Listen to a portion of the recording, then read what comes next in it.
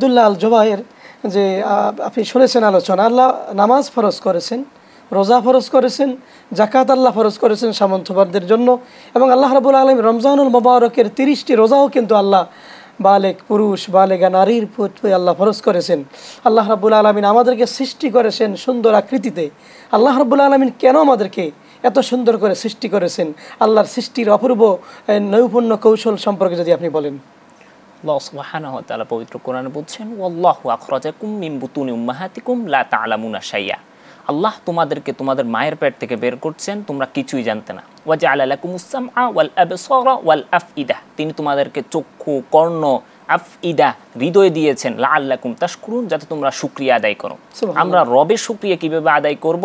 রবের ইবাদতের মাধ্যমে। এই কারণে আল্লাহ সুবহানাহু ওয়া তাআলা আমাদেরকে সৃষ্টি করেছেন। রব কিন্তু বলেছেন, লাইন শাকারতুম লাযীদান্নাকুম ওয়া লাইন কাফারতুম ইন্না আযাবি লাশাদীদ, যদি তোমরা শুকরিয়া করো আমি আল্লাহ নেয়ামত বাড়িয়ে দিব। যদি আপনি বলেন।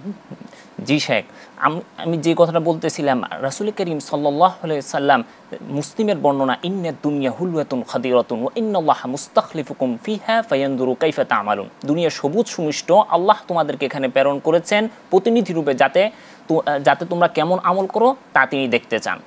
উম্মতে মুহাম্মাদীদের পৃথিবীতে প্রেরণের কারণ কি? আমরা যদি পবিত্র কোরআনের দিকে তাকাই, পবিত্র কোরআনে আল্লাহ সুবহানাহু ওয়া তাআলা বলছেন, সুম্মা জাআলনাকুম খলাইফা ফিল আরদ মিন বাদিহিম লিনানজুরা কাইফা তা'মালুন। অতঃপর তোমাদেরকে তাদের পর প্রতিনিধি রূপে পাঠিয়েছি, যাতে দেখতে পারি তোমরা কেমন আমল করো। আমাদেরকে আমলের জন্য পৃথিবীতে পাঠানো হয়েছে, আল্লাহর ফরজ বিধানগুলো যাতে আমরা যথাযথভাবে পালন করি, সেই কারণে আল্লাহ সুবহানাহু ওয়া তাআলা এই পৃথিবীতে প্রেরণ করেছেন। কিন্তু তা না করে আমরা সম্পদের পিছনে, দুনিয়ার মায়ায় পড়ে আমরা ধোঁকায় পড়ে আছি। সম্পদ বড় ফিতনা। আল্লাহ হাবিব সাল্লাল্লাহু আলাইহি সাল্লাম বলছেন, ইন্না লিকুল্লি উম্মাতিন ফিতনাতান ওয়া ফিতনাতু উম্মাতিল মাল। প্রত্যেক উম্মতের মধ্যে কোনো না কোনো ফিতনা ছিল, আমার উম্মতের ফিতনা হলো সম্পদ। অন্য হাদিসে বিশ্বনবী মুহাম্মদুর রাসূলুল্লাহ সাল্লাল্লাহু আলাইহি সাল্লাম বলছেন যে, বনি আদমে যদি দুটি সম্পদের উপত্যকা থাকে, তবে সে তৃতীয়টি লাভের চেষ্টা করবে, কবরের মাটি ছাড়া আর অন্য কিছু তার উদর পূর্ণ করতে পারবে না। এইসব সম্পদ পূজারীদের ধ্বংস কামনা করে রাসূল করিম সাল্লাল্লাহু আলাইহি সাল্লাম বলেছেন, তাইস আব্দুদ দিনারি ওয়াদ দিরহামি ওয়াল কাতিফাতি ওয়াল খামিসাতিন উতিয়া রাদি ওয়া ইল্লাম ইউতালাম ইয়ারদা। ধ্বংস হোক দিনার দিরহাম, পোশাক আশাকের পূজারী, তাকে দান করা হলে তুষ্ট হয় আর না দেওয়া হলে রুষ্ট হয়। তাই আমাদেরকে যেই কারণে আল্লাহ সুবহানাহু ওয়া তাআলা পৃথিবীতে পাঠিয়েছেন ইবাদতের জন্য, আমরা ইবাদতের মাঝে ফারেক হয়ে যাই। ইবাদতের মাঝে ফারেক হয়ে গেলে কি হবে? আমি একটি হাদিস দিয়ে শেষ করতে চাই। হাদিসে কুদসিতে আল্লাহ সুবহানাহু ওয়া তাআলা বলছেন, ইয়া ইবনে আদম তাফাররাক লিইবাদাতি আমলাউ সাদরাকা গিনান আসুদ্দু ফাকরাকা ওয়া ইল্লা তাফআল মালাতু সাদরাকা শুগলান ওয়া লাম আসুদ্দা ফাকরাকা। আল্লাহ বলেন, হে বনি আদম, তুমি যদি আমার ইবাদতের মাঝে ফারেক হয়ে যাও, আমি তোমার হৃদয় সচ্ছলতা দ্বারা পূর্ণ করে দিব, তোমার অভাবের দরজা বন্ধ করে দিব। আর যদি তা না করো, তাহলে আমি তোমার হৃদয় ব্যস্ততা দ্বারা পূর্ণ করে দিব, তোমার অভাবের দরজা বন্ধ করব না।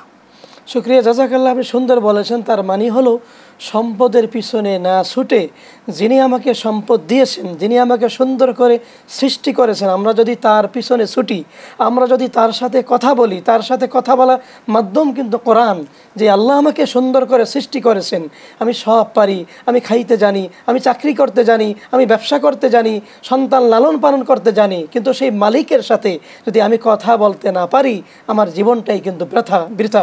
এজন্য কোরআনুল কারীম তেলাওয়াত করা, বিশুদ্ধভাবে পড়তে জানা শিখা কিন্তু ফরজ ইবাদত। এগুলা যদি অবহেলা করি, আল্লাহর শাস্তির মুখোমুখি আমাদের হতে হবে দুনিয়াতে এবং আখিরাতে। শুকরান, জাযাকাল্লাহ। আব্দুল্লাহ আল জুবায়ের, আপনি চমৎকার বলেছেন। আবারও আপনার কাছে আসবো।